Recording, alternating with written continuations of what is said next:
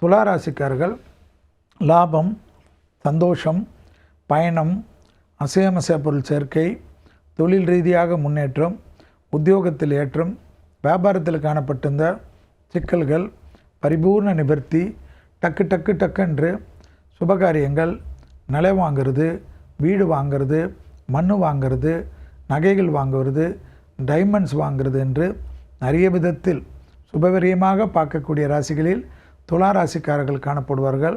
நரசிம்மரை பிடித்து கொள்வதும், நரசிம்மர் கவசத்தை கேட்க கேட்க சுவாதி நட்சத்திரம் இருக்கக்கூடிய துலா ராசிக்காரர்களுக்கு நரசிம்மர் மிகப்பெரிய வரப்பிரசாதம் என்பதை ஞாபகத்தில் வைத்து கொள்ளுங்கள்.